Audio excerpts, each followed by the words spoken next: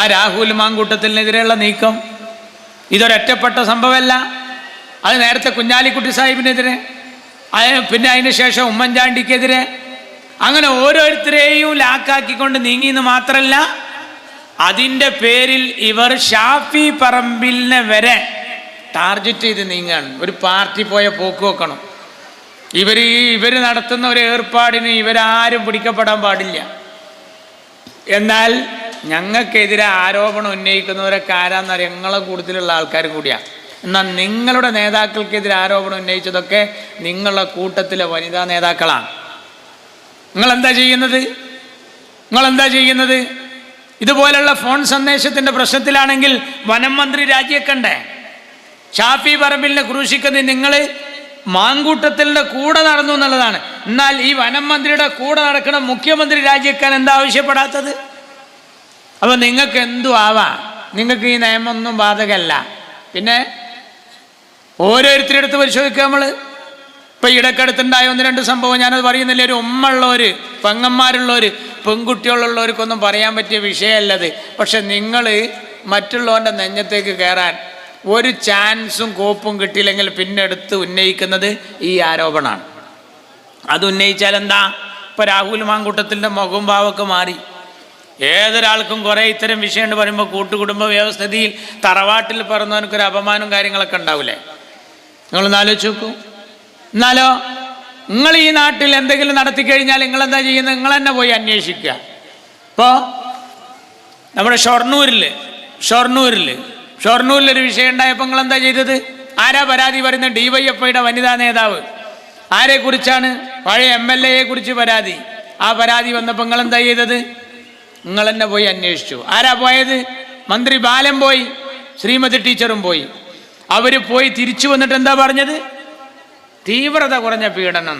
വലിയൊരു പേപ്പറിൽ പാർട്ടിക്ക് എഴുതി കൊടുത്തിക്കാണ്, തീവ്രത കുറഞ്ഞ പീഡനം. ആ പേപ്പറിൽ സ്ഥലം ഉണ്ടായിരുന്നെങ്കിൽ ഉന്മേഷക്കുറവ്, താല്പര്യമില്ലായ്മ എന്നും കൂടി അവിടെ എഴുതിയാൽ മതിയായിരുന്നു. സംഗതി കഴിഞ്ഞ്. ഒരു പാർട്ടി ഇങ്ങനെ ആയാൻ പറ്റുമോ? ഇപ്പം നരേന്ദ്രമോദിയുടെ ലക്ഷ്യം എന്തൊക്കെയാണ്? ശുചിത്വം, പാർപ്പിടം, ഭക്ഷ്യസുരക്ഷ, നയതന്ത്ര ബന്ധം, അയൽപക്ക രാജ്യങ്ങളുമായി അതൊന്നല്ല. മന്ദിർ, മസ്ജിദ്, മുത്തലാഖ്, അതുപോലെ ഹിജാബ്, ഇതൊക്കെയാണ് മൂപ്പര വിഷയം. എന്നാൽ ഇവിടെ ഉണ്ട് ഒരു മൂത്താപ്പ. മൂപ്പര പരിപാടി എന്താ? മൂപ്പര പരിപാടി കാഫിർ, അതുപോലെ ഞാൻ എണ്ണണോ? മാഷാ അല്ലാ, ശബരിമല, സലാത്ത് നഗർ. എന്ത് പറ്റിപ്പോയി? ഇപ്പം രാഷ്ട്രീയത്തിലല്ല ഇവർ 2 ടീമും വിശ്വസിക്കുന്നതും പ്രവർത്തിക്കുന്നതും.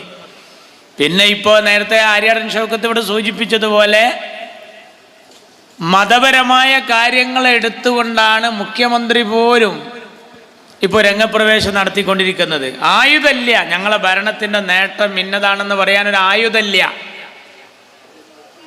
അയ്യപ്പ സംഗമം വെക്കുന്നു ഒരു ഭാഗത്ത്, മറുഭാഗത്ത് ന്യൂനപക്ഷ സംഗമം വെക്കുന്നു. ഇതുപോലെ നേരത്തെ കോഴിക്കോടുണ്ടായിരുന്നു. ആ ന്യൂനപക്ഷ സമ്മേളനത്തിൽ ശ്രീരാമകൃഷ്ണനാണ് ഇങ്ങനെ അനൗൺസ് ചെയ്തത്. പുരുഷന്മാർക്ക് ഉളു ചെയ്യാനുള്ള ഹൗള് അപ്പുറത്തുണ്ട്, സ്ത്രീകൾക്ക് ഉളു ചെയ്യാനുള്ള ഹൗള് ഇപ്പുറത്തുണ്ട്. അപ്പം എന്താന്ന് വെച്ച് കഴിഞ്ഞാൽ അവർക്കിപ്പോൾ നിസ്കാരം, നോമ്പ്, സക്കാത്ത്, ഹജ്ജ് ഇത്തരം കാര്യങ്ങളിലൊക്കെ വല്ലാത്ത ചിന്തകൾ വന്നുകൊണ്ടിരിക്കുക. വല്ല ഇഖ്ലാസ് ഉണ്ടായിട്ടാണോ? അല്ലെങ്കിൽ പിണറായി വിജയൻ പാടുന്ന പാട്ട് കേട്ടില്ലേ? കല്ലും മുള്ളും കാലിക്കുത്ത് എന്നാ മൂപ്പര് പറഞ്ഞത്. അപ്പം എന്താ ഇതുമായി മൂപ്പർക്ക് വല്ല ബന്ധം ഉണ്ടായിട്ടാണോ? അല്ല. അതാണ് മുമ്പ് സ്വലാത്ത് നഗറിൽ അച്യുതാനന്ദൻ വന്നപ്പോൾ അച്യുതാനന്ദൻ ആ ബാനർ നോക്കി പറഞ്ഞത് ഈ സ്വലാത്ത് സാഹിബിനെ സംബന്ധിച്ചിടത്തോളം. അപ്പോൾ ചങ്ങായിൻ്റെ വിചാരം എന്താ? അഹമ്മദാജി നഗർ എന്നൊക്കെ പറഞ്ഞ പോലെ സ്വലാത്ത് നഗർ എന്ന് പറഞ്ഞ ഒരു ചങ്ങായിയുടെ പേരാന്നാ. അപ്പോൾ എന്താണ് ഇതിൻ്റെ കാരണം? ഇതിനോടൊക്കെ വല്ല ബന്ധമുണ്ടോ? മതമല്ല പ്രശ്നം. എരിയുന്ന പൊരിയുന്ന വയറാണ് പ്രശ്നം എന്ന് പറയുന്ന കമ്മ്യൂണിസ്റ്റ് പാർട്ടി ഇപ്പം മതത്തിലൂടെയാണ് സഞ്ചരിച്ചു കൊണ്ടിരിക്കുന്നത്. കാരണം അവരുടെ ആയുധങ്ങളൊക്കെ നശിച്ചു. ശബരിമല വിഷയം എടുത്തിട്ട് കൊണ്ടാണ് പിണറായി വിജയൻ രംഗപ്രവേശം നടത്തിക്കൊണ്ടിരിക്കുന്നത്. അതിന് വെള്ളാപ്പള്ളി നടേശൻ പറഞ്ഞത് പിണറായി നല്ലൊരു ഭക്തനാന്നാ. മാഷാ അല്ലാഹ്, നഊദു ബില്ലാഹ്. പിണറായി തന്നെ പറയാണ് ഞാൻ ഹയാത്തിൽ ആദ്യമായിട്ടാണ് ഈ പടിക്കക്ക് വന്നത് ശബരിമലയിൽ നിന്നിട്ട്. അപ്പോൾ പിണറായി പറയുന്നത് ആദ്യമായിട്ടാണ് മൂപ്പര് അവിടെ വന്നത്. പക്ഷെ ഇയാൾ പറയുന്നത് പിണറായി നല്ലൊരു ഭക്തനാണ്. യഥാർത്ഥത്തിൽ ഇയാൾക്ക് ഇതിൽ വിശ്വാസം ഉണ്ടായിട്ടാണോ? അല്ലെങ്കിൽ കമ്മ്യൂണിസ്റ്റ് മാർക്സിസ്റ്റ് പാർട്ടിക്കാർ ഇപ്പം വല്ലാതെ മതം കൈകാര്യം ചെയ്യുന്നത് ഇതുമായി വല്ല ടച്ച് ഉണ്ടായതുകൊണ്ടാണോ? അപ്പം ടച്ചില്ലാത്തത് കൈകാര്യം ചെയ്യുമ്പോൾ ഈ വക തെറ്റുകളൊക്കെ വരും. അതാണ് അയാൾ അഖണ്ഡനാമകം ചൊല്ലിയാൽ ഇപ്പോൾ നടക്കുമോ? അയാൾ ഏതെങ്കിലും ബെയ്ത്ത് ചൊല്ലിയപ്പോൾ നടക്കുമോ? അവിടെ ശീലിച്ചതല്ലേ ഇവിടെ പാടുക. നിങ്ങളെ ശീലം തന്നെ മതവിരുദ്ധ ആശയം. നിങ്ങളെ ശീലങ്ങൾ മുഴുവനും ഈ രാജ്യത്തെ മതചിഹ്നങ്ങൾക്കെതിരായിരുന്നു അല്ലേ? കടാര നെഞ്ചിലിറക്കുമ്പോൾ, കഠോര വേദന വിങ്ങുമ്പോൾ അയ്യോ എന്ന് വിളിക്കാതെ, അമ്മേ എന്ന് വിളിക്കാതെ, ഓംകാരം മുഴക്കാതെ, ലാ ഇലാഹ പാടാതെ, കേട്ടില്ലേ? ഇൻകിലാബ് വിളിച്ചവരെ കണ്ടോ നിങ്ങൾ? ഇതൊക്കെ ശീലിച്ചവർ പിന്നെ എങ്ങനെയാണ് ശബരിമലയിലെ പാട്ട് പാടിയാൽ ശരിയാകുക? അത് പണ്ട് STD ബൂത്തിലെ ചെക്കനെ നിക്കായിന് ഇരുത്തിയ മാതിരിയാണ്. STD ബൂത്തിലെ ചെക്കൻ ഏത് നേരവും ഫോണേറ്റാ കളി. എപ്പോൾ നോക്കുമ്പോൾ തന്നെയാണ്. നിസ്കാരം കഴിഞ്ഞിരിക്കുകയാണെങ്കിലും അവൻ്റെ പണി തന്നെ ഫോണേറ്റ് ഇങ്ങനെ കളിച്ചുകൊണ്ടിരിക്കും. അങ്ങനെ ഏത് നേരം ഇങ്ങനെ ആയപ്പോൾ അവൻ്റെ കല്യാണം വന്നപ്പോൾ നിക്കായിനിരിക്കുമ്പോൾ പള്ളിയിലെ ഖത്തീബ് ഓനക്ക് ഇങ്ങനെ ചൊല്ലിക്കൊടുക്കാൻ ശ്രമിക്കുമ്പോഴും മൊബൈലിൽ തന്നെ പരിപാടി. അപ്പോൾ അതിലവർക്ക് പിന്നിലിരിക്കണ ആരോ പറഞ്ഞു പാഹ ഉസ്താദിനെ ശ്രദ്ധിക്കുന്നു. അപ്പോൾ ഉസ്താദ് ചൊല്ലിക്കൊടുത്തരം മൗലവി ചൊല്ലിക്കൊടുത്തു ഖബിൽ തൂ. അപ്പോൾ ഓൻ പറഞ്ഞു ഡബിൾ ടൂ. അപ്പോൾ എന്താ സംഭവം എന്നറിയോ? ഓൻ ഏത് നേരം തേറ്റാ കളി. ഇങ്ങനെ ശീലിച്ച പിണറായി വിജയൻ ഏത് പാട്ട് പാടിയാലാണ് യഥാർത്ഥത്തിൽ ഒരു പാട്ടായി മാറുക? അല്ലെങ്കിൽ നിങ്ങൾ നോക്കൂ, അയാളുടെ ശൈലിയും സ്വഭാവമൊക്കെ അങ്ങനെ തന്നെയല്ലേ? ഇപ്പം അയാൾ ഒരു സമ്മേളനത്തിൽ എനിക്ക് തോന്നുന്നു പ്രാവിനെ പറത്താൻ ശ്രമിച്ചു. പ്രാവിനെ പറത്താൻ പിണറായി വിജയൻ ഇങ്ങനെ നിന്നു. രാഹുൽ ഗാന്ധി അതേപോലെ പാണക്കാട്ടെ തങ്ങൾ ഇവരൊക്കെ പ്രാവിനെ പറത്തിയ പ്രാവാണ്ട് പറക്കലാണ്. പക്ഷെ പിണറായി വിജയൻ നെല്ലും കണ്ടത്തേക്ക് ഞാറിടണായിട്ടത് നേരെ പോയിട്ട് പ്രാവാണ്ടിട്ടേ. അതെന്താ കാരണം? പ്രാവിനറിയാതെ ഏതാ കൈ എന്നുള്ളത്. കാരണം എന്താ അറിയോ? കൊലപാതക കേസിലെ പ്രതിയാണ് ഈ പ്രാവിനെ പറത്തുന്നത്. പ്രാവിന് വലിയ വിവരല്ലേ? കമ്പ്യൂട്ടർ യുഗത്തിലെ പ്രാവല്ലേ? കുറച്ചൊക്കെ കാര്യങ്ങൾ തിരിയല്ലോ. ഇപ്പം എന്താണ് ഇവർക്ക് ഇതിലൊന്നല്ല. അല്ലെങ്കിൽ നിങ്ങൾ നോക്കൂ, ഇപ്പം നമുക്ക് ആകെ ദുന്യാവിലുള്ളൊരു സുഖം എന്താണെന്നറിയോ? മാർക്സിസ്റ്റേറെ ജാതല്ല എന്നുള്ളൊരു സുഖം മാത്രമാണ്. മറ്റേതിങ്ങനെ കേന്ദ്ര അവഗണനക്കെതിരെ അല്ലേ?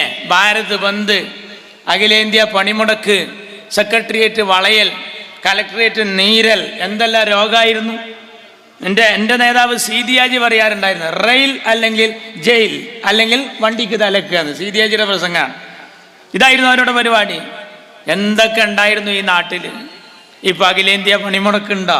ഭാരത് ബന്ദ് ഉണ്ടോ? എത്ര ഏത് ഉണ്ടാക്കി കൊടുത്തു ഈ നരേന്ദ്രമോദി. മാർക്സിസ്റ്റ് പാർട്ടിയുടെ ഒരു ജാഥല്ല. ഇപ്പോൾ ഒരു മാതിരി പാകുമ്പോഴൊക്കെ നമ്മളൊക്കെ ഈ പൊതുയോഗത്തിന് പോകുമ്പോൾ കാണാൻ അവിടുന്ന് ഒരു ജാഥ ഉണ്ട് വരും. ഒരു 10 ആളുണ്ടാവുമെങ്കിൽ ആ ചെങ്കൊടി ഒരു മാതിരിപ്പിൻ്റെ നേരത്ത് നിങ്ങളറിഞ്ഞോ നാട്ടാരെ, അപ്പോഴാണ് നമ്മളറിയാം. ആ പരിപാടിയൊന്നും ഇപ്പം ഇല്ലല്ലോ, ആ ഏർപ്പാടൊന്നും ഇപ്പം ഇല്ല. അപ്പം ആകെ ഒരു സുഖം ഇവരുടെ ജാഥ ഇല്ല എന്നുള്ളതാണ്. എത്ര കാലമായി നിങ്ങളൊരു ജാഥ കണ്ടിട്ട്? എന്തെല്ലാം നയം. ഡീസൽ പെട്രോളിൻ്റെ വില, റേഷനരിക്ക് 2 പൈസ കോൺഗ്രസ് ഭരിക്കുമ്പോൾ കൂട്ടിയപ്പോൾ എന്തെല്ലാം കോലാഹലം ഉണ്ടാക്കിയവരാണ് നിങ്ങൾ. എന്തിൻ്റെല്ലാം പേരിലാണ് നിങ്ങൾ ഈ രാജ്യത്ത് പ്രശ്നങ്ങൾ ഉണ്ടാക്കിയത്? അങ്ങനത്തെ നിങ്ങളിപ്പോൾ അങ്ങനത്തെ ഒരു ജാഥ പരിപാടി ഒന്നും നമ്മൾ കാണുന്നില്ല. ഇപ്പോൾ ഞാൻ കുറേ ഈ ദേശാഭിമാനിയിൽ ഇങ്ങനെ തിരയും, ഇവിടെ എവിടെയെങ്കിലും ഒരു പരിപാടി നടത്തുന്നുണ്ടോ. അതിനിപ്പോൾ അടുത്ത് ഞാൻ പോളിടെക്നിക്കിൽ ഇരുന്നിട്ട് ദേശാഭിമാനി വായിക്കുമ്പോൾ ദേശാഭിമാനിയിൽ ധർണ നടത്തി DYFI. നിങ്ങളറിയണോ എവിടെയെന്നറിയാം? നിങ്ങൾ ശരിക്കും ശ്രദ്ധിച്ച് കേട്ടോളി. എങ്ങനെ അറിയാം? ഇവരൊരു ധർണ നടത്തി ഇപ്പം അടുത്ത്. ഏതാ ധർണ എന്നറിയാം? ആമസോൺ വനാന്തരങ്ങളിലെ തീക്കാറ്റ് നിയന്ത്രിക്കാൻ കഴിയാത്ത ബ്രസീൽ ഗവൺമെൻറ്റിൻ്റെ നിലപാടിൽ പ്രതിഷേധിച്ച് ഡൽഹിയിലെ ബ്രസീൽ എംബസിക്ക് മുമ്പിൽ റഹീം സഖാവിൻ്റെ നേതൃത്വത്തിൽ DYFI ധർണ നടത്തി. എങ്ങനെ? ഇവിടെ ഒന്നും തീയില്ല, ഇവിടെ ഒന്നും തീ കിട്ടായിട്ട് ആമസോൺ വനാന്തരങ്ങളിൽ തീപിടുത്തുണ്ടായപ്പോൾ അത് നിയന്ത്രിക്കാൻ കഴിയാത്ത ബ്രസീൽ ഗവൺമെൻറ്റിൻ്റെ അനാസ്ഥയിൽ പ്രതിഷേധിച്ച് ഇവർ ബ്രസീൽ എംബസിക്ക് മുന്നിൽ പോയിട്ട് ഡൽഹിയിൽ ഏതു സാധുക്കൾക്ക് വീണ് കിട്ടിയത്. അപ്പം നിങ്ങൾക്ക് ഈ കോൺഗ്രസിനോടുള്ള വിരോധം പോലെ ഇവരോടൊരു വിരോധമില്ല, ഒരു വിരോധമില്ല. കണക്കിന് പോയ ഞങ്ങളെ അടുത്ത ജാഥ അന്തരീക്ഷത്തിൽ നിന്നാണ്. ഏത്? ഈ കൃഷികൾക്ക് അനുകൂലമാകാത്ത രീതിയിൽ മഴ വർഷിക്കാത്ത കാർമേഘ പടലങ്ങളുടെ നിലപാടിൽ പ്രതിഷേധിച്ച് അന്തരീക്ഷത്തിൽ നിന്നൊരു ജാഥ ആരംഭിച്ച് ബുധൻ, യുറാനസ്, നെപ്റ്റ്യൂൺ, പ്ലൂട്ടോ എന്നിവിടങ്ങളിൽ നിന്ന് സ്വീകരണം ഏറ്റുവാങ്ങി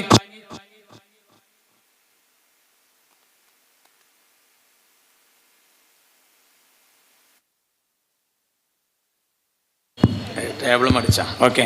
ചൊവ്വയിലൊരു കുത്തിയിരിപ്പ് സമരം നടത്താനുള്ള സാധ്യതയാണ് കൂടുതൽ. നിങ്ങൾ നോക്കൂ, ഇപ്പം നാട്ടിലെ മുഖ്യ വിഷയം എന്താ? ഞാൻ ആമുഖത്തിൽ സൂചിപ്പിച്ച വോട്ടവകാശം നിഷേധിക്കുന്ന പരിപാടിയാണ്. ഒരു പെട്ടിക്കട പോലത്തെ ഒരു റൂമിൽ 19 ആൾക്കാർ ഒരു പട്ടികയിൽ, ജന്മത്തിൽ കല്യാണം കഴിക്കാത്തൊരു ചങ്ങായിക്ക് 52 കുട്ടികൾ. ഇമാതിരിയുള്ള വോട്ടർ പട്ടികയുടെ കുട്ടിക്കടം പകർത്തിയിട്ടാണ് മഹാനായ രാഹുൽ ഗാന്ധി നാട്ടുകാരോട് ഈ വർത്തമാനം നടന്ന് പറയുന്നത്. ഈ സമയത്ത് മാർക്സിസ്റ്റുകാരുടെ പരിപാടി എന്താ? മാർക്സിസ്റ്റുകാർ അയ്യപ്പ സംഗമം നടത്തുകയാണ് ഇവിടെ. ഈ ബലാൽ വണ്ടി എവിടെ എത്തിയെന്നറിയാം? തൃശ്ശൂർ വരെ എത്തി.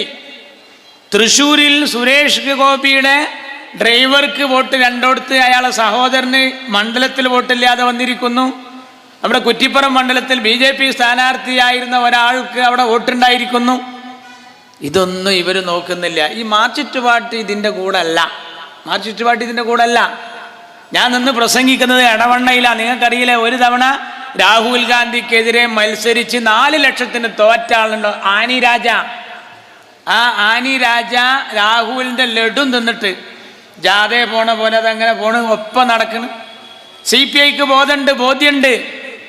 എന്നാലോ മാർക്സിസ്റ്റ് പാർട്ടിയോ? അത് ഫേസ്ബുക്ക് നോക്കിയാൽ മനസ്സിലാവും. രാഹുൽ ഗാന്ധി നടത്തുന്ന ഈ പോരാട്ടത്തിൻ്റെ അടിയിലെ കമൻറ്റുകൾ വായിച്ചാൽ നിങ്ങൾ നോക്കണം. ലൈക്ക് ഇങ്ങനെ ഇടേണ്ടതിന് പകരം മാർക്സിസ്റ്റ് പാർട്ടി നേരെ കീഴ്പോട്ടാണ്. ഒരു ചങ്ങാതി എഴുതിയിരിക്കുന്നു, ഉണ്ടയില്ല വെടി എന്ന് എഴുതിയ ആൾ ആരാന്ന് നമ്മളൊന്ന് അടിച്ചു നോക്കുമ്പോൾ ആരാന്നറിയോ? സഖാവ് VS അച്യുതാനന്ദൻ്റെ പേഴ്സണൽ സ്റ്റാഫിൽ അങ്ങാണ്. അപ്പോൾ ഒരു മാർക്സിസ്റ്റുകാരൻ്റെ കൽബുകൾ വായിക്കണം. രാഹുൽ ഗാന്ധി ഇപ്പോൾ ഈ പണിയെടുക്കണ ആർക്ക് വേണ്ടിയാ? കോൺഗ്രസിനാ? നാടിന് വേണ്ടിയല്ലേ? മാത്രമല്ല, ഈ മാർക്സിസ്റ്റുകാരെ MP കോൺഗ്രസിൻ്റെ പിന്തുണയോടുകൂടി ജയിച്ചതല്ലേ തമിഴ്നാട്ടിൽ നിന്ന്? നിങ്ങൾക്ക് ചില സ്ഥലത്ത് രാഹുൽ ഹലാലാണ്, ചില സ്ഥലത്ത് ഹറാമ്, ചില ഭാഗങ്ങളിൽ നിങ്ങൾക്ക് കറാഹത്തും, ചില സ്ഥലത്ത് രാഹുൽ സുന്നത്തുമാണ്. നിങ്ങൾക്കൊരു വ്യക്തമായ നിലപാടില്ല. ഞാൻ സാധാരണ പറയാറുണ്ട്, ഈ വാച്ച് നേരാക്കണ കടയിൽ പോയ പോലെയാണ്.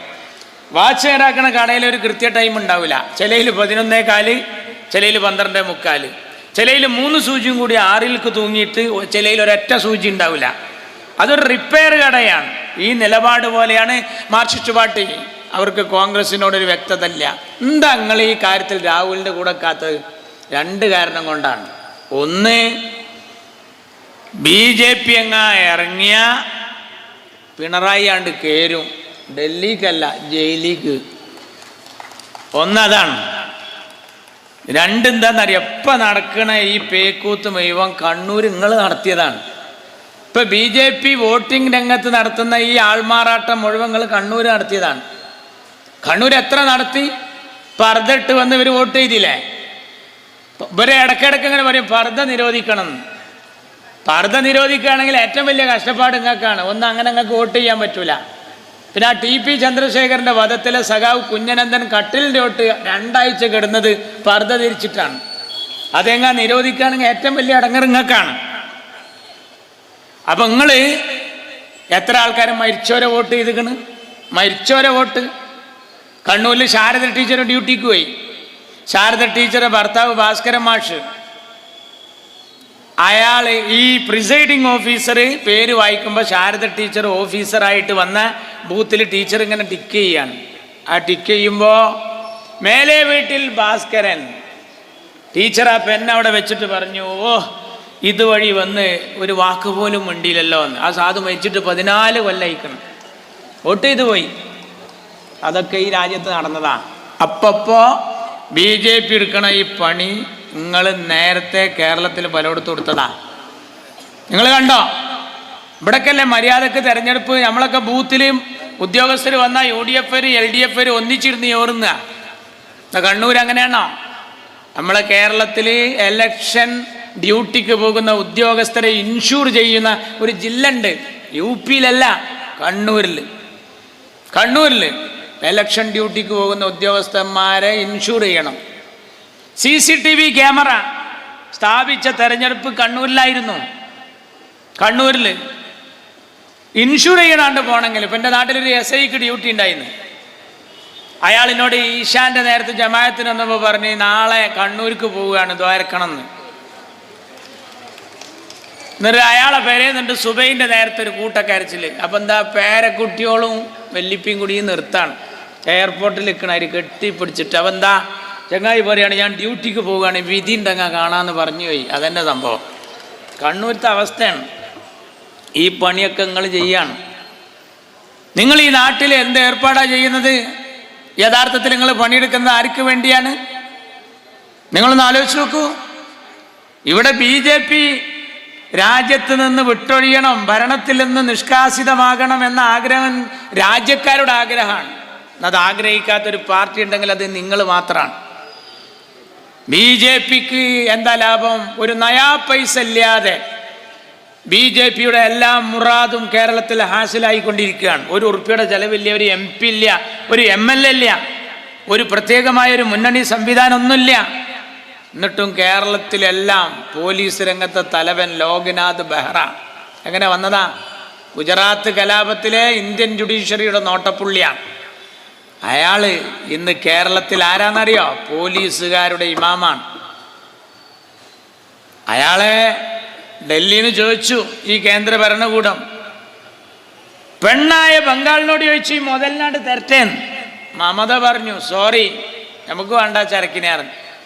ആണായ തമിഴ്നാടിനോടും ചോദിച്ചു ഈ ചരക്കിനെ അങ്ങോട്ട് തരട്ടേന്ന്. പെണ്ണായ ബംഗാളും ആണായ തമിഴ്നാടും തള്ളിയ ആ മുതലിനെ പിന്നെ ഏറ്റെടുത്തത് ആണും പെണ്ണുമല്ലാത്ത കേരളത്തിൻ്റെ ആഭ്യന്തര വകുപ്പാണ്. സങ്കടമുണ്ട്. രമൺ ശ്രീവാസ്തവ പഴയ വിജയനാണെങ്കിൽ ചെയ്യൂല. സിറാജുന്നീസ എന്ന് പറയുന്ന പൊന്നുമോള് മുറ്റത്ത് കളിച്ചുകൊണ്ടിരിക്കുമ്പോഴാണ് വീണത്. അമ്മാവൻ ജനലിലൂടെ കുട്ടിയുടെ കളി കണ്ടുകൊണ്ടിരിക്കുകയാണ്. കുട്ടിയെ പോയി വാരിക്കോരി എടുത്തപ്പോൾ കയ്യിൽ ചോര. നേരെ ആശുപത്രി കൊണ്ടുപോകാൻ ഡോക്ടർമാർ പറഞ്ഞു മുതൽ പോയി പോസ്റ്റ്മോർട്ടം ചെയ്യണം. എന്താ സംഭവം? പോസ്റ്റ്മോർട്ടം ചെയ്തപ്പോൾ തിര കിട്ടി. തിരക്കൊരു സ്വഭാവമുണ്ട്, ഏത് തോക്കിൽ നിന്നാ വന്നതെന്ന് പിടുത്തുണ്ട്. എന്താണ്, ആര് പിടിച്ച തോക്കാണത്? ഒരു ഉദ്യോഗസ്ഥൻ. ആ ഉദ്യോഗസ്ഥൻ്റെ വയർലെസ് പരിശോധിച്ചപ്പോൾ അതിൽ കേട്ട കാഴ്ച എന്താണ്, കേട്ട കേൾവി എന്താണ്? I want a dead body Muslim bastards. ഞാൻ തെമ്മാടിയായ ഒരു മുസ്ലിമിൻ്റെ ഡെഡ് ബോഡി ആഗ്രഹിക്കുന്നു എന്ന് വയർലെസ്സിൽ പച്ചക്ക് പറഞ്ഞ ഒരു പോലീസ് ഉദ്യോഗസ്ഥനാണ് ഈ രമൺ ശ്രീവാസ്തവ. അയാൾ പെൻഷൻ പറ്റി തിണ്ണയിൽ പോയി കമിഴ്ന്ന് കിടക്കേണ്ട മനുഷ്യനാണ്. ഇന്ന് അയാൾ എവിടെയെന്നറിയാം നിങ്ങൾക്ക്?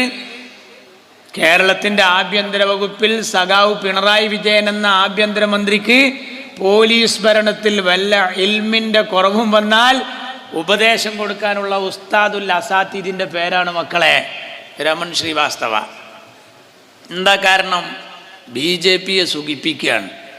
ഇങ്ങനെയുള്ള ഓരോ ഏർപ്പാടും കണ്ടിട്ട് CPI, കുഞ്ഞാലിക്കുട്ടിയല്ല, ചെന്നിത്തലല്ല, CPI പറയാണ് ഇയാളെ ഈ പോക്ക് കണ്ടാൽ ഇയാൾ മുണ്ടുടുത്ത മോഡിയാണോ എന്ന് സംശയിക്കേണ്ടിയിരിക്കുന്നു. ഞങ്ങളല്ല പറഞ്ഞത്, മുണ്ടുടുത്ത മോഡിയാണോ എന്ന്. വോട്ടിൻ്റെ കള്ളത്തരം നടന്ന തൃശ്ശൂർ മാർക്സിസ്റ്റ് പാർട്ടി വല്ലതും പറയുന്നുണ്ടോ? എന്നാ പറയുന്ന ഒരു ടീമുണ്ട്. ആരാന്നറിയോ? ആരാ? സുനിൽകുമാർ. ഏതാ സുനിൽകുമാർ? അരിവാൾ കതിരിൽ തൃശ്ശൂരിൽ മത്സരിച്ച LDF സ്ഥാനാർത്ഥി. തോറ്റയാളാണ്. സുരേഷ് ഗോപിയുടെ താമരയോട് തോറ്റയാളാണ്. കൂട്ടത്തിൽ മുരളീധരനും തോറ്റു. മുരളീധരൻ പറയുന്നുണ്ട്, കോൺഗ്രസ് പറയുന്നുണ്ട്, UDF പറയുന്നുണ്ട്. എന്നാൽ ഇടതു മുന്നണി ഐക്യകണ്ഠേന പറയുന്നുണ്ടോ? ഇല്ല. CPIയുടെ നേതാവായ സാക്ഷാൽ സുനിൽകുമാർ പറയുന്നു തൃശ്ശൂരിൽ ഈ ഏർപ്പാട് മുഴുവൻ നടന്നു, പൂരം കലക്കി ജയിപ്പിച്ചു എന്നാ സുനിൽകുമാർ പറഞ്ഞത്. ഇതൊക്കെ പിണറായി ഇരുന്ന് കേൾക്കുന്നുണ്ട്. പത്രക്കാർ ചോദിക്കുന്നുണ്ട് പൂരം കലക്കിയത് നിങ്ങൾ മുൻകൈയെടുത്താൽ. മൂപ്പർക്ക് അത് കേൾക്കുമ്പോൾ കായം കലക്കിയ മേനി കൂടിയില്ല പിണറായി വിജയൻ. ഇങ്ങനെയുണ്ടൊരു പടപ്പ്. ആവശ്യമില്ലാത്തതിനൊക്കെ അയാൾ പ്രതികരിക്കുന്നുണ്ട്, ആവശ്യമില്ലാത്ത പണിയൊക്കെ അയാൾ എടുക്കുന്നുണ്ട്. ഇങ്ങനൊരു അയ്യപ്പ സംഗമം നടക്കുമ്പോൾ സിദ്ധരാമയ്യ ഉണ്ടോ? മുടിചൂടാ മന്നനായ ദ്രാവിഡ മുന്നേറ്റ ഘടകത്തിൻ്റെ അപ്പോസ്തലനായ സാക്ഷാൽ നമ്മുടെ സ്റ്റാലിനെ കൊണ്ടുവരുന്നുണ്ടോ? ഇല്ല. പിന്നെ ആരാ? യോഗി ആദിത്യനാഥ്. എന്നിട്ട് യോഗി ആദിത്യനാഥിൻ്റെ കത്ത് വായിച്ച് അതിൽ ആനന്ദലബ്ധി അടയുന്നൊരു പാർട്ടി. പിന്നെ കൊണ്ടുവരാൻ നേരത്തെ സൂചിപ്പിച്ചല്ലോ വെള്ളാപ്പള്ളി. ഇയാളെ കാറിൽ എനിക്കൊക്കെ ഒരു ആഗ്രഹം ഉണ്ടായിരുന്നു, അച്യുതാനന്ദൻ്റെ ഹയാത്ത് കാലത്ത് രണ്ടിനെയും കൂടി ഒരു സീറ്റിൽ ഇരുത്തിയിട്ട് കൊണ്ടുവരാൻ. ഇരുത്തിയിട്ട് കൊടുന്നില്ല എന്ന് മാത്രമല്ല, സമ്മേളനത്തിൽ ഇതുപോലെ മഴ ചെയ്യുന്ന DYFIയുടെ ഒരു സമ്മേളനം ഉണ്ടായിരുന്നു. ആ സമ്മേളനം നടക്കുമ്പോൾ VSന്റെ അടുത്താണ് പിണറായി ഇരിക്കണ്. രണ്ടാളും ആണ്ടും കൊണ്ടും നോക്കുകൂലി കൊടുക്കേണ്ടി വെച്ചിട്ടാണെന്ന് പറയാൻ പറ്റൂല, നോക്കുക പോലും ചെയ്തില്ല. ഒരു SFIക്കാരൻ സെൽഫി എടുത്തപ്പോൾ കൈക്ക് തട്ടിയ പിണറായി വിജയൻ മലപ്പുറത്തേക്ക് കയറിയാൽ എനിക്ക് ശ്വാസം മുട്ടുന്നു, മലപ്പുറം വേറെ ഒരു സംസ്ഥാനമാണ്, ഇനി വല്ലതും പറയാൻ ബാക്കിയുണ്ടോ? അതൊക്കെ പറയുമ്പോൾ നമ്മുടെ KT ജലീൽ പറയാണ്, മൂപ്പര് അങ്ങനെ ഒന്നും പറഞ്ഞിട്ടില്ല, മൂപ്പര് ലീഗിനാണ് പറഞ്ഞത്. ഈ പോയത്തക്കാരനറിയോ മലപ്പുറം വേറൊരു സ്റ്റേറ്റാന്ന് പറഞ്ഞത് ലീഗിനാണോ? മലപ്പുറത്തൊരു പ്രത്യേക സമുദായം ഉണ്ടായതുകൊണ്ട് എനിക്ക് ശ്വാസം മുട്ടുന്നു എന്ന് പറയുന്നത് ഒരു പ്രത്യേകമായ പാർട്ടിയെയാണോ സമുദായത്തെയാണോ? ജലീലിന് തിരിയായിട്ടൊന്നുമല്ല. കാരണം ഓ അങ്ങനെ മത്സരിക്കുകയാണ്. കാരണം മാർച്ചിട്ട് പാർട്ടിക്ക് ഓനെ വേണ്ടാന്ന് ഉറപ്പയിക്കണം. ഞാൻ അതങ്ങളോട് പറയണ ഇടവണ്ണേന്ന്. കാരണം ഈ പിണറായി വിജയൻ തന്നെ ഒരു വിശ്വാസമില്ല, ഒന്നുമില്ല. അയാൾക്ക് അള്ളില്ല, പടച്ചോനില്ല, അയാൾക്ക് ഈശ്വരനിൽ ഒരു വിശ്വാസമില്ല. പക്ഷെ കോടീശ്വരനിൽ ഭയങ്കര വിശ്വാസമാണ്. അത് ഈ പൊട്ടനറിയില്ല, ജലീലിനറിയില്ല. കോടീശ്വരനിൽ ഭയങ്കര വിശ്വാസമാണ്. അതാണ് അബ്ദുറഹ്മാൻ. നല്ല ലോഹിയാണ് പിണറായി നെറ്റ്. എന്നാൽ ജലീലിനെ പറ്റൂല. കാരണം ജലീൽ പൊട്ടനാന്ന് ഞാൻ വെറുതെ പറയല്ല. എന്താ കാരണം അറിയോ? ഓൻ ഇടയ്ക്കിടയ്ക്ക് പറയും എൻ്റെ അടുത്തൊരു നയാ പൈസ ഇല്ല, ഞാൻ പെണ്ണുങ്ങളെടുത്തുനിന്ന് കടം വാങ്ങി ജീവിക്കുകയാണ്. ഇത് കേട്ടണ്ട പിണറായി ഓൻ്റെ ഒപ്പം നടത്തുക. പിണറായിക്ക് പൈസ ഉള്ള മുതലിനാണ് ആവശ്യം. ഇയാൾ എന്ത് വിഡ്ഢിത്തരാ ചെയ്തത്? വെറുതെ ഈ ജലീൽ പറയേണ്ടത് എന്താണെന്നറിയോ? എനിക്കൊരു 10-20 ജ്വല്ലറി ഉണ്ട്, അതുപോലെ ഒരു 10-200 കോടി ആസ്തി ഉണ്ട് എന്നൊക്കെയാണ് ഇയാൾ പറയേണ്ടത്. ഇയാൾ പറയാൻ എൻ്റെ അടുത്ത് ട്രഷറിയിൽ പോലും ഒരു ഉറുപ്പില്ലാത്തതുകൊണ്ട് ഞാൻ പെണ്ണുങ്ങളെടുത്തുനിന്ന് ആ കടം വാങ്ങിക്കണം. എന്നാൽ ഈ പിണറായി ആണെങ്കിലോ 10 ഉറുപ്പ്യുള്ള ബർക്കത്തുള്ളവനെ മാത്രം അപ്പോൾ കൊണ്ടു കിടക്കുന്നത്. അതുകൊണ്ട് ജന്മത്തിൽ ഇയാൾ അഡ്ജസ്റ്റ് ചെയ്യാനുള്ള സാധ്യത വളരെ കുറവാണ്. രാജ്യം കത്തുന്നൊരു വോട്ടിംഗ് വിഷയം മെഷീനും മറ്റും ചർച്ചയാകുമ്പോൾ ഒരു മനുഷ്യൻ ഡബിൾ തുണി ഏറ്റെടുക്കുകയാണ്. യൂത്ത് ലീഗ് കൊടുത്ത ഡബിൾ തുണി. എന്നിട്ട് 3 കൊല്ലം മുമ്പ് എടുത്ത തുണി തിരുമ്പി തേച്ചിട്ട് കൊടുത്തിട്ട് പറയാണ്, ഇതാ തുണി കീറാതെ ആ തുണി പത്രസമ്മേളനത്തിൽ കാണിക്കാൻ പറ്റുന്നുണ്ടല്ലോ എന്നുള്ളത് തന്നെ വലിയ ഹൈറാണ്. മാത്രമല്ല 300 ഉറുപ്പ്യയുടെ തുണി 600. എന്തൊരു വർത്താനം! ഇതാണോ രാജ്യത്ത് ചർച്ച? ഒരാൾ സഹായിക്കപ്പോൾ ഇവിടെ കൊണ്ടുവരും ബിരിയാണി ചലഞ്ച്. ബിരിയാണി ചലഞ്ചിൽ ഒരു ബിരിയാണിക്ക് കടയിൽ പോയാൽ 60 ഉറുപ്പ്യക്ക് കിട്ടും ഒരു ബിരിയാണിക്ക്. പക്ഷെ ചിലർ 500 ഉറുപ്പ്യ എടുത്ത് കൊടുക്കും. അതിൻ്റെ അർത്ഥം എന്താ? ഇതാ 500 ഉറുപ്പ്യക്ക് ബിരിയാണി ഒന്ന് കൊടുക്കണേ എന്നാണ് ഈ പത്രസമ്മേളനം നടത്തല. നമ്മൾ വയലുന്ന സ്ഥലത്ത് ലേലം ചെയ്യലില്ലേ? കോഴിമുട്ട ലേലം ചെയ്ത് പിന്നെ 1 ലക്ഷത്തിനൊക്കെ ലേലം ചെയ്യാറുണ്ട്. അതിൻ്റെ അർത്ഥം എന്താ? പത്രസമ്മേളനം വിളിച്ചിട്ട് പറയാ, ഇതാ പെടക്കോയിട്ടൊരു മുടക്ക് 1 ലക്ഷം ഉറുപ്പ്യ, അത് എങ്ങനെ ഉണ്ടായിന്ന് അങ്ങനെ ചോദിക്കാൻ പാടുണ്ടോ? അതൊക്കെ ജനങ്ങൾ സംഭാവനയായിട്ട് കൊടുക്കുന്ന. ഞങ്ങൾ മുസ്ലിം ലീഗിന് ഞങ്ങൾ കൊടുക്കും, വാരി കോരി കൊടുക്കും. ലീഗിന് തുണി തന്നില്ലെങ്കിലും വളഞ്ഞ് തുണിയുടെ കുഴപ്പമില്ല. ഞങ്ങൾ പറയാ, ഞങ്ങൾക്ക് ഇനി തുണിമത്തൊരു നൂല് തന്നാൽ ഞങ്ങൾ 600 ഉറുപ്പ്യ കൊടുക്കും. ഞങ്ങളെ പൈസയാണ്, അത് മുസ്ലിം ലീഗിനെ സഹായിക്കുകയാണ്. ഈ മനുഷ്യൻ വെറുതെ എന്നിട്ട് ഇതൊക്കെയാണ് ഇവനെ വിട്ടിക്കാണ് കണ്ട്. കാരണം എന്താ അറിയോ? ഈ വാലില്ലാത്ത പൈക്കൾക്ക് എന്ത് ഈച്ചും പെറുക്കിയെന്ന് പറഞ്ഞാൽ ഓനക്ക് ബെല്ലും ബ്രേക്കും ലൈസൻസും പേടിച്ചും ഇല്ല. അപ്പോൾ ഓനുണ്ട് കയറൂരി വിട്ടിക്കുകയാണ്. അപ്പോൾ അതിലിടക്ക് കഴിഞ്ഞ ദിവസം എന്താ പറഞ്ഞതെന്ന് അറിയാം? കഴിഞ്ഞ ദിവസം പറഞ്ഞത്, ഞാനിങ്ങനെ മൊത്തത്തിൽ നോക്കുമ്പോൾ ആ ഡൽഹിയിലെ ഓഫീസിൽ CHൻ്റെ പേരിലൊന്നും കാണാനില്ല. നോക്കണങ്ങൾ. CHനോട് വല്ല സ്നേഹം ഉണ്ടെങ്കിൽ ഓൻ ലീഗിൽ മെമ്പർഷിപ്പ് എടുക്കുകയല്ലേ വേണ്ടത്. പക്ഷെ ഇനി ഒരു വല്ലാത്ത പോക്കാണ്. എവിടെയും പറ്റാത്തൊരു മുതലായി മാറി. BJP എന്നെ എടുക്കുമെന്ന് പറയാൻ പറ്റില്ല. അങ്ങനത്തെ ഒരു പോക്കാണ്. ഇപ്പോൾ യഥാർത്ഥത്തിൽ ഔലുംകരക്കലെ ചെരുപ്പ് മാതിരിയാണ്. ഔലുംകരക്കലെ ചെരുപ്പിൻ്റെ പ്രത്യേകത എന്താ? ആ ചെരുപ്പ് അറിയാതെ ആരെങ്കിലും ഇട്ടാൽ അതിട്ടിട്ടൊരു കല്യാണത്തിനൊരു മനുഷ്യൻ പോവില്ല. അഥവാ അവിടുന്ന് ഇഷാർത്തായ അത് ഇവിടെ തന്നെ കൊടുന്നിടും. പിന്നെ ഔലുംകരക്കലെ ചെരുപ്പിൻ്റെ ഏറ്റവും വലിയ പ്രത്യേകത അതിൻ്റെ മൂന്തായം കട്ട് ചെയ്തതുകൊണ്ട് അത് അവിടെ അല്ലാതെ വേറെ എവിടെയും ഉപയോഗിക്കാനും പറ്റൂല. അതുകൊണ്ട് ഇപ്പോൾ യഥാർത്ഥത്തിൽ ഇടതുപക്ഷത്തിൽ മാത്രമാണ്. എന്നിട്ട് പറയാണ് അവിടെ CHൻ്റെ പേരിലൊന്നും ഉണ്ടായില്ല. ഒരു തെറ്റ് കണ്ടുപിടിക്കാനായിട്ടൊരു മനുഷ്യൻ ഇങ്ങനെ നടക്കുക. എൻ്റെ നാട്ടിൽ കോരു എന്ന് പറഞ്ഞ ചങ്ങായി ഉണ്ടായിരുന്നു. ആകാശവാണി കോരു എന്നാണ് അവൻ്റെ പേര്. അപ്പോൾ സ്കൂൾ പഠിക്കുന്ന കാലത്ത് തന്നെ അങ്ങനെയായിരുന്നു. ഈ ആകാശവാണി കോരു എന്താ പറയുക, വാർത്ത ഇങ്ങനെ കേൾക്കുന്നിട്ട് അതിലെ തെറ്റ് കണ്ടുപിടിക്കുക, റേഡിയോ കൂട്ടുക, ആൾക്കാരോട് ചർച്ച ചെയ്യുക. വെറുതെ കുറേ ആൾക്കാർ പണിക്ക് പോകാതിരിക്കാൻ വേണ്ടി ഇവൻ്റെ ഷെറിൽ കുടുങ്ങിയിട്ട് വെക്കും. അതിലെന്താ അറിയോ, ഒരു ദിവസം റേഡിയോ പറഞ്ഞു അടുത്ത 2 ദിവസങ്ങളിൽ കേരളത്തിൽ ശക്തമായ ഇടിമിന്നലിനോടൊപ്പം ഒറ്റപ്പെട്ട മഴയ്ക്ക് സാധ്യതയുണ്ട്. എങ്ങനെ? അടുത്ത 2 ദിവസങ്ങളിൽ കേരളത്തിൽ ശക്തമായ ഇടിമിന്നലിനോടൊപ്പം ഒറ്റപ്പെട്ട മഴയ്ക്ക് സാധ്യതയുണ്ട്. അപ്പോൾ കോരി ചോദിക്കുകയാണ് തരേ, ഈ ഇടിമിന്നലും ഒപ്പം ഉണ്ടാവുമ്പോൾ എങ്ങനെ മഴ ഒറ്റപ്പെടുകയാണ്? 30 സംശയമാണ്.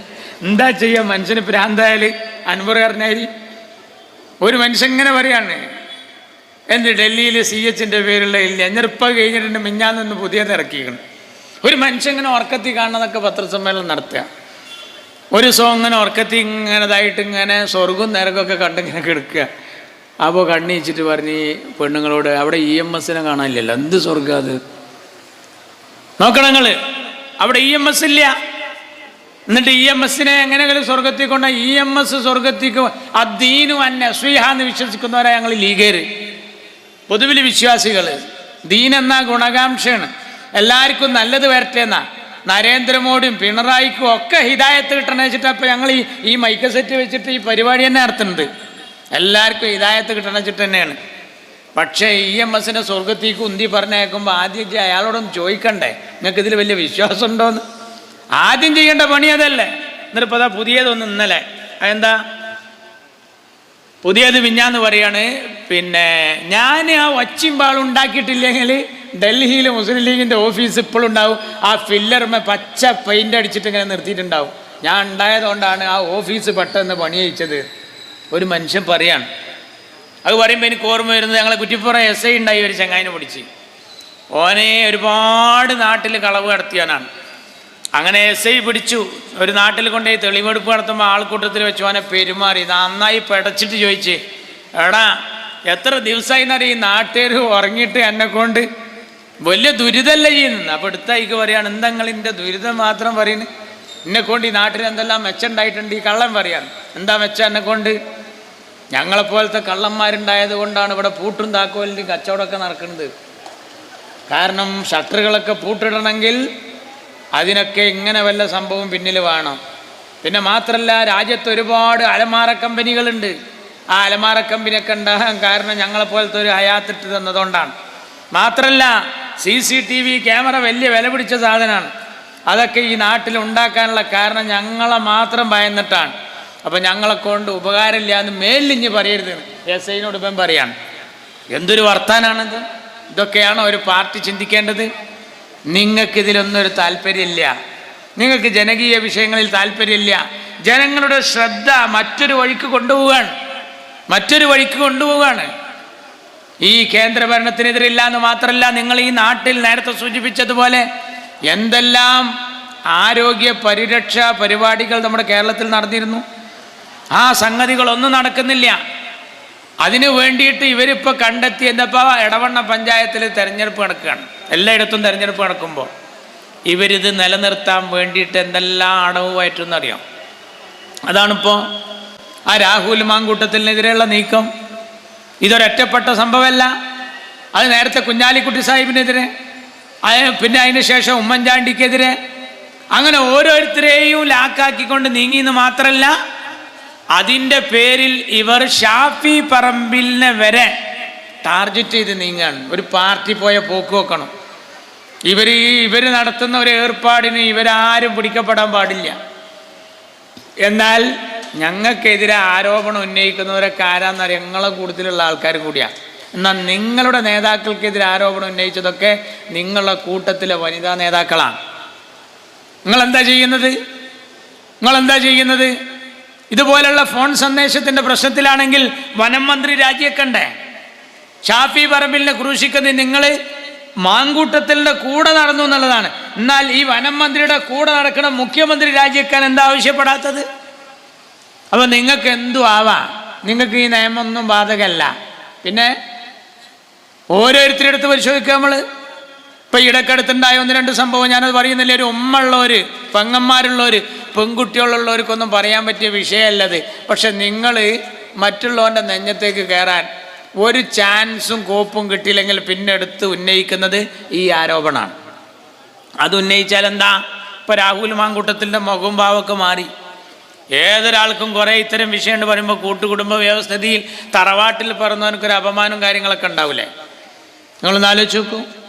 എന്നാലോ നിങ്ങൾ ഈ നാട്ടിൽ എന്തെങ്കിലും നടത്തിക്കഴിഞ്ഞാൽ നിങ്ങളെന്താ ചെയ്യുന്നത്? നിങ്ങൾ തന്നെ പോയി അന്വേഷിക്കുക. ഇപ്പോൾ നമ്മുടെ ഷൊർണൂരിലൊരു വിഷയം ഉണ്ടായപ്പോൾ നിങ്ങളെന്താ ചെയ്തത്? ആരാ പരാതി പറയുന്നത്? DYFIയുടെ വനിതാ നേതാവ്. ആരെക്കുറിച്ചാണ്? പഴയ MLA കുറിച്ച് പരാതി. ആ പരാതി വന്നപ്പോൾ നിങ്ങളെന്താ ചെയ്തത്? നിങ്ങൾ തന്നെ പോയി അന്വേഷിച്ചു. ആരാ പോയത്?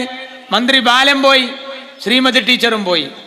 അവർ പോയി തിരിച്ചു വന്നിട്ട് എന്താ പറഞ്ഞത്? തീവ്രത കുറഞ്ഞ പീഡനം. വലിയൊരു പേപ്പറിൽ പാർട്ടിക്ക് എഴുതി കൊടുത്തിക്കാണ്, തീവ്രത കുറഞ്ഞ പീഡനം. ആ പേപ്പറിൽ സ്ഥലം ഉണ്ടായിരുന്നെങ്കിൽ ഉന്മേഷക്കുറവ്, താല്പര്യമില്ലായ്മ എന്നും കൂടി അവിടെ എഴുതിയാൽ മതിയായിരുന്നു. സംഗതി കഴിഞ്ഞ്. ഒരു പാർട്ടി ഇങ്ങനെ ആയാൻ പറ്റുമോ? നിങ്ങൾക്ക് എന്തും നടത്താം, എന്തും. ഇനി വല്ല കൊലപാതക പ്രശ്നം നടത്തിയാൽ എന്താ പരിപാടി? എല്ലാം അങ്ങനെ തന്നെ. ഇപ്പൊ TP ചന്ദ്രശേഖരന്റെ വധം നടന്നതിൻ്റെ 4ാമത്തെ ദിവസം ഇവർ ചെയ്ത പണി എന്താ? ഞാൻ പറയുന്നത് ദുന്യാവിൽ ആദ്യം നിരോധിക്കേണ്ട പാർട്ടിയായി ഇവർ. ഇപ്പൊ ഇസ്രായേലും അമേരിക്കയും മറ്റുള്ളവരൊക്കെ ഞങ്ങളിതാ കൊല്ലണമെന്ന് പറഞ്ഞിട്ട് കൊല്ലുകയാണ്. നിങ്ങൾ ചെയ്യുന്ന പണി എന്താ? നിങ്ങൾ കൊന്നിട്ട് മറ്റുള്ളവരെ മേത്തുക്കിടുകയാണ്. മാഷാ അള്ളാ എന്നുള്ള സ്റ്റിക്കർ അതിൻ്റെ ഭാഗമല്ലേ? മാഷാ അള്ളാ എന്നുള്ള സ്റ്റിക്കർ ഒട്ടിച്ച് 10 റുപ്യ കൊടുത്താൽ കിട്ടും പീടികയിൽ. അത് ഇന്നോവ ഒട്ടിച്ചിട്ട് വിരോധിയായ TP ചന്ദ്രശേഖരനെ കൊല്ലുകയാണ്. എന്നിട്ട് പറയാം മുസ്ലിം തീവ്രവാദികളാണ് അതിൻ്റെ പിന്നിൽ. എന്തെല്ലാം പറഞ്ഞു. മാത്രമല്ല വള്ളിക്കാട് ജുമാ മസ്ജിദിലെ ലൈറ്റ് പുലരുവോളം കത്തിയിരുന്നു. ദേശാഭിമാനി പിറ്റേ ദിവസം എഴുതുകയാണ്, വള്ളിക്കാട് ജുമാ മസ്ജിദ് പറഞ്ഞ TP ചന്ദ്രശേഖരൻ്റെ മഹല്ല് ജുമാ മസ്ജിദാണ്. അവിടുത്തെ ലൈറ്റ് നേരം പുലരുവോളം കത്തിയിരുന്നു എന്ന് പറഞ്ഞാൽ ഇയാളെ കൊല്ലാൻ തീവ്രവാദികൾ അവിടെ ഈ ഏർപ്പാട് നടത്തി എന്നുള്ളതാണ്. ഇപ്പോൾ വടകരയിൽ CAA NRC റാലി നടക്കുമ്പോൾ വാജ്പേയിയുടെ പേരുള്ള ചിത്രമുള്ള ഒരു ഫ്ലക്സ് ബോർഡ് പരിപാടി നടക്കേണ്ടെന്ന് അതിൻ്റെ കാണാതായി. ആ കാണാതായ ഫ്ലക്സ് പിന്നീട് പോലീസ് അന്വേഷണത്തിൽ വടകര പോലീസ് കണ്ടെത്തി. എവിടുന്നാ കിട്ടിയത് അറിയോ? ഒരു മദ്രസയുടെ ബാക്കിൽ നിന്നാണ് കിട്ടിയത്. ആ കമ്മിറ്റി സെക്രട്ടറിയെ ചോദ്യം ചെയ്തു, വളരെ ക്രൂശിച്ചു, അവർ രാജിവെച്ചു. നിങ്ങൾ അറിയണം, വലിയ വിഷയമായി. യഥാർത്ഥത്തിൽ അതിലെ പ്രതിയെ CCTV ക്യാമറയിൽ നിന്ന് പിടിച്ചു. ആരാ? 2 DYFIയുടെ പ്രവർത്തകർ. നിങ്ങളിത് നടത്തിയിട്ട് നിങ്ങൾ ഈ പരിപാടി നടത്തുക. എന്നിട്ടോ ഇതേ ഞാൻ ഈ പറഞ്ഞ ആരോപണം മാങ്കൂട്ടത്തിനെ പറ്റി, കുഞ്ഞാലിക്കുട്ടിയെ പറ്റി, എൻ്റെ പ്രിയപ്പെട്ട ഉമ്മൻചാണ്ടിയെ പറ്റി പറഞ്ഞ പോലെ നിങ്ങൾക്ക് ഇഷ്ടപ്പെടാത്തവരൊക്കെ പറ്റി TP ചന്ദ്രശേഖരൻ വേറൊരു സ്ത്രീയുമായി ബന്ധമുണ്ടായിരുന്നു എന്ന് ദേശാഭിമാനി എഴുതി. സാജൻ എന്ന് പറയുന്ന ഒരാളുണ്ട്. അയാൾ ആരാന്നറിയോ? ഞാൻ ഇവരുടെ ഈ ചീമേനി ഭാഗത്തൊക്കെ ഇങ്ങനെ പ്രസംഗിക്കാൻ പോകുമ്പോൾ ഇങ്ങനെ ഒഴിഞ്ഞ സ്ഥലം കാണും. അവിടെ എന്താ പറയുക, രക്തസാക്ഷി ഗ്രാമമാണ്. അവിടെ വരെ ശ്രോതാക്കന്മാരങ്ങനെ മറയിതുകയാണ്. അവിടെ കൂടി അങ്ങനെ പോകുമ്പോൾ കാണാം ഒരാളെനിക്ക് ചൂണ്ടിക്കാണിച്ചു, ഇത് പാർത്ത കല്യാണ മണ്ഡപം, പാർത്ത കൺവെൻഷൻ സെൻറ്റർ. ഇവിടെയാണ് സാജൻ്റെ ആ പെർമിഷൻ കൊടുക്കാത്ത കല്യാണ മണ്ഡപം. നോക്കണം നിങ്ങൾ, ആന്തൂർ നഗരസഭയിലാണ്. ആന്തൂർ നഗരസഭയിൽ ഈ സാജൻ മരിക്കുന്നത് എങ്ങനെ അറിയാം? ശരിക്ക് കേൾക്കണം. ഒരു SFIക്ക് സ്കൂളിൽ പഠിച്ചിരുന്ന കുട്ടി കുറച്ച് ചെറുപ്പക്കാരനായപ്പോൾ DYFI ആയി. ഇവിടെ ഇങ്ങനെ നടക്കണേൻ്റെ ഇടയ്ക്ക് എനിക്ക് നാട്ടിൽ നിന്നൊന്ന് ഗെയ്ച്ചിലാവണമെന്ന് തോന്നിയപ്പോൾ ഗൾഫിൽ പോയി. അവിടെ നല്ല ജോലി വാങ്ങി ശമ്പളക്കാരനായി അത്യാവശ്യം കാശേറ്റ് നാട്ടിലേക്ക് വന്നപ്പോൾ വീട്ടുകാരോട് തീരുമാനിച്ചുറപ്പിച്ചു ഇവിടെ എന്തെങ്കിലും വരുമാനത്തിന് തുടങ്ങണം. അങ്ങനെയാണ് ഈ കല്യാണ മണ്ഡപം ഉണ്ടാക്കുന്ന സാധു. ഈ കല്യാണ മണ്ഡപത്തിന് ഈ നമ്പർ ഇടാൻ വേണ്ടി ചെല്ലുകയാണ് നഗരസഭയ്ക്ക്. ആ നഗരസഭയ്ക്ക് ചെല്ലുമ്പോൾ ഓരോ കാരണം പറഞ്ഞ് മാറ്റി. എന്താ കാരണം എന്നറിയാം? അവിടെ നടന്ന മാർക്സിസ്റ്റ് പാർട്ടിയുടെ ലോക്കൽ സമ്മേളനത്തിന് പിരിവ് ചോദിച്ചപ്പോൾ ഇത്ര ലക്ഷം ഉറുപ്പ്യ തരണം എന്ന് പറഞ്ഞപ്പോൾ പറഞ്ഞില്ല, ഞാൻ ഇപ്പോൾ ഒരു ഇങ്ങനെ ബർക്കത്തുണ്ട് തുടങ്ങിയിട്ടുള്ളൂ, ഞാൻ വിധി ഉണ്ടെങ്കിൽ തരാം, ഇപ്പം തൽക്കാലത്ത് വെക്കിന്ന് പറഞ്ഞപ്പോൾ അത് പോരാ, ഈ ഇങ്ങനെ ഒരു മണ്ഡപേറ്റ് പോകേണ്ട നമുക്കൊന്ന് കാണണം. TP ചന്ദ്രശേഖരൻ്റെ വിഷയം ഇതുപോലെ തന്നെയാണ്. അതെന്താ കാരണം? നമ്മളൊക്കെ കാണാമല്ലോ, നേതാക്കന്മാരെ ചോദ്യം ചെയ്യും, യോഗത്തിലിട്ട് ചോദ്യം ചെയ്യും. ഖലീഫ ഉമർ എന്നവരെ കുപ്പായത്തിന് നീളം കൂടിയപ്പോൾ അനുയായി ചോദ്യം ചെയ്തപ്പോൾ നിന്നെപ്പോലത്തെ ഒരാൾക്ക് അമീറാകാൻ കഴിഞ്ഞതിൽ ഞാൻ അള്ളാഹുവെ സ്തുതിക്കുന്നു എന്ന് പറഞ്ഞ ഖലീഫമാരുണ്ട് ഈ രാജ്യത്ത്. പിണറായി വിജയൻ്റെ വീട് അല്പം വലിപ്പം കൂടിപ്പോയി എന്ന് ഒഞ്ചിയം ബ്രാഞ്ച് കമ്മിറ്റിയിൽ 5 ആളുകൾ ആ പെര കാണാൻ പോയതാണ് TP ചന്ദ്രശേഖരൻ്റെ വധത്തിൽ കലാശിച്ചത്. നിങ്ങളറിയണം, ഈ സാജൻ പിരിവ് കൊടുത്തില്ല. എന്താ ഉണ്ടായത്? ഓരോ കാരണം പറഞ്ഞ് അയാൾക്ക് നമ്പർ ഇട്ട് കൊടുത്തില്ല. ചിലവാക്കിയ പൈസ അവിടെ ആവും ചെയ്ത്. ഞാൻ കണ്ടു ആ പാർത്ത കല്യാണ മണ്ഡപം. കാട്ടപ്പ കെട്ടി കിടക്കുകയാണ്. ഒരു ഭാഗത്ത് കമ്മ്യൂണിസ്റ്റുകാർ വളഞ്ഞിട്ട്, ഒരു ഭാഗത്ത് കമ്മ്യൂണിസ്റ്റ് പാർട്ടിയുടെ നഗരസഭാ ചെയർപേഴ്സൺ ഇവനെ വളഞ്ഞിട്ട്, പോരാത്തത് ആ കല്യാണ മണ്ഡപം കമ്മ്യൂണിസ്റ്റ് അപ്പിയും വളഞ്ഞിക്കണ്. അതന്നെ സ്ഥിതി. ഇനി എന്താ ഇനി ബാക്കിയുള്ളത്? യഥാർത്ഥത്തിൽ എന്താ ഉണ്ടായത്? ഷാജൻ തീരുമാനിച്ചു, ഇനി എനിക്കൊരു ജീവിതമില്ല. പെരേലോൻ ഒരു എഴുത്ത് എഴുതി വെച്ചു, എൻ്റെ മരണത്തിന് ഉത്തരവാദി നഗരസഭയാണ് എന്ന് പറഞ്ഞിട്ട്. ആരാ നഗരസഭയുടെ ചെയർപേഴ്സൺ എന്നറിയോ? ഇവിടെയുള്ള കമ്മ്യൂണിസ്റ്റുകാരെ കേൾക്കണം, ആരാ നഗരസഭയുടെ ചെയർപേഴ്സൺ? നിങ്ങളെ വലിയ കാല്യര് ഗോവിന്ദൻ മാഷ ഭാര്യയാണ്, കെട്ടിയോളാണ്. ഗോവിന്ദൻ മാഷ ഭാര്യയാണ് അവിടുത്തെ ചെയർപേഴ്സൺ.